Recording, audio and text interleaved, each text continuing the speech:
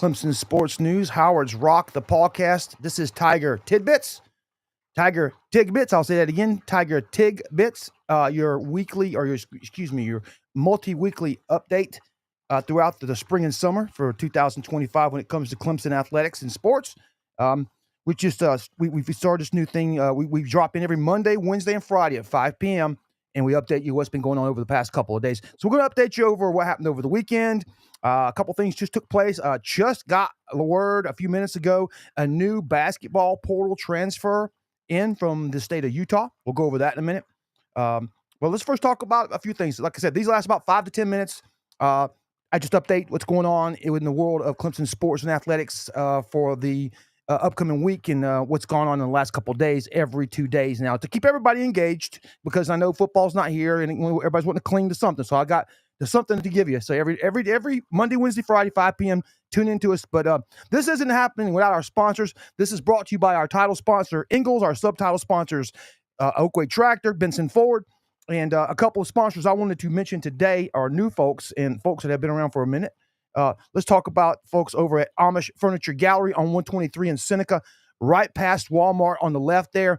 It's right beside Papa John's, right next to the Little Caesars Pizza place. It's Amish, and I think the Tractor Supply place is right there in the same plaza. Upstate Amish Furniture Gallery. You'll see literally hundreds of Adirondack chairs in different colors out in the parking lot, but inside is where all the cool stuff is. They've got some of the neatest man cave stuff as far as tables and barrel, like these big barrel tables are really cool, like whiskey barrels turn into tables. They got some really cool, unique furniture and some nice Amish quality made stuff made right here in America, right there at the 123 San Ifer Boulevard, all that stuff right there, and right there past Walmart on the left, right there as you turn into Tractor Supply on the right, Upstate Amish Furniture Gallery. Then there's the other, you want to take yourself on the other side of Seneca on the Wells Highway coming out of Seneca, and right across from Borg Warner is what's called Smucker Patio Living. Now, Smucker's been around for a minute. He used to just do gas installs, install custom gas lines into people's homes, grills and things like that. But now they've got a whole showroom, and they got grills, they've got indoor fireplaces, outdoor fireplaces, patio furniture, you name it. You want to get your patio redone, or you need some gas work done, or they also do metal fabricating, if I'm not mistaken. That's the guys over at Smucker Patio Living, and that is in Seneca on Wells Highway. Last but not least, I want to thank the folks over at Clemson Four-Wheel Drive and the Four-Wheel Center right down here on 123. They're about a rock's throw from our studio here in Clemson. The folks down at Clemson Four-Wheel Center have been around for a long, long time. Right past the Dodge and Ford place on the right on 123 on your way to Clemson. That's Clemson Four-Wheel Center. Now, get back to our sports recap of the weekend. Over the weekend, softball, we're 21st ranked Tigers. They're ranked as high as 16th this week so far, as the polls starting to come out, the different ones. They're 34-11 overall, 14-4 in the ACC after a great 3-game series where they swept the NC State Wolfpack in Raleigh 3 straight games, and twice, I think, ruled them in 3 games. Let's go baseball. Baseball with a win over Stanford over the weekend. We had 2 games. We won the series 2 out of 3, moves the team up to 33-6. They came out as high as second in the polls, according to, I think it is Perfect Game. It's got them at number 2 in the country. D1 Baseball has them at number 3. And they're also still first place in the ACC. This week we got Louisville coming to town, a very highly anticipated matchup with a really good Louisville baseball team.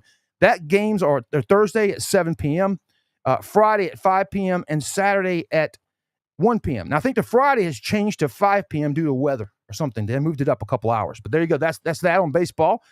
Basketball. Now, here you go. Just a few minutes ago, picked up a transfer from Utah, Jake Wallen. He is 6'10" sophomore from Provo, Utah. Went to the University of Utah. Had a double-double against Kansas this season. Finished with 10 points, 12-point rebounds. Great-looking player, a pure shooter, shoots in the 40% range at the 3 points at the 3-point line. So, guy, I just tell you right now, Brad Brown knows one thing he's doing. He's adding a lot of size to this lineup. You got, I think, 3 or 4 of the guys that we got on the transfer portal, 6'9", 6'10", 6'10". Big lineup. But another basketball transfer. This happened this morning. UAB forward Ephraim Butta Johnson, and Butta is a 6'4" forward. He's guard forward, but they got him at guard at UAB. Played at guard and has a year of eligibility remaining. He averaged 8.8 points a game, 1.8 assists, 32% from 3-point range. He started in 25 of his 34 games at UAB. And then another name to keep in the portal, Tigers are looking towards this Texas A&M portal transfer, a guard by the name of Bryce Lindsey, who averaged 13.4 points a game and shoots about 45.5% from the 3-point line. He was at he's at James Madison, but he was at Texas A&M this year and was redshirted. He's in the portal, and I think the Tigers are in heavy talks with him right now. Again, just a name to look forward to. Alongside Clemson, Miami, Florida, Southern Cal, Indiana, Villanova, Vanderbilt are out there looking at the same player.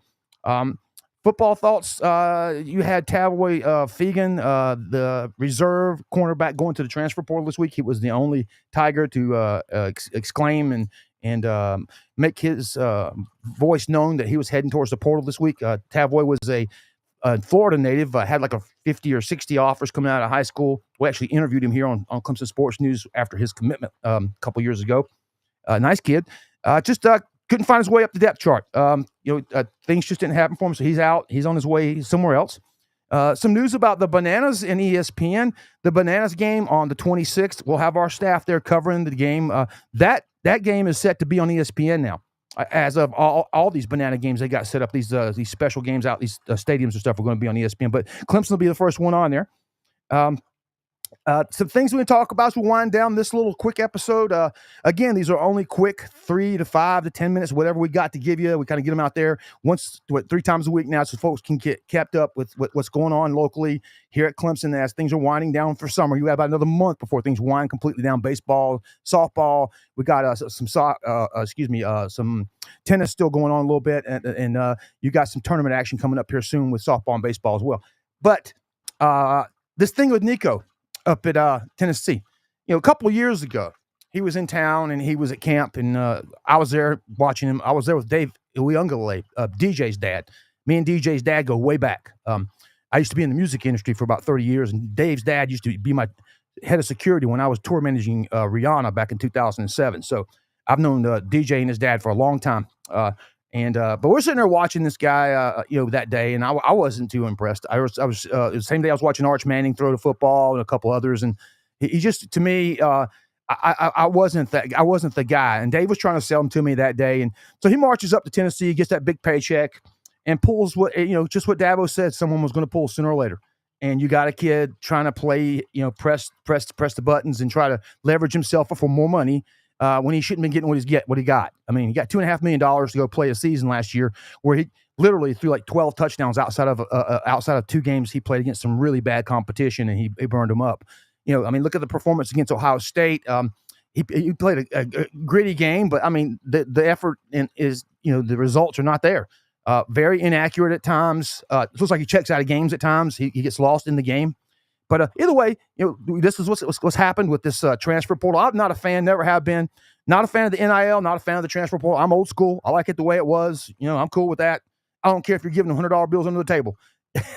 It was a better way than what you got going on right now, because now you got a free-for-all in college sports. But look, hey, that's me.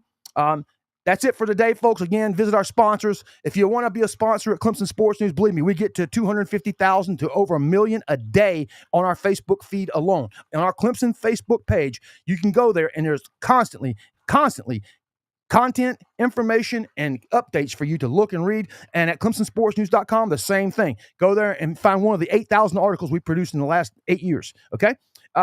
For now, until we see you on Wednesday at 5 p.m., this is Gary from Clemson Sports News saying, Go Tigers.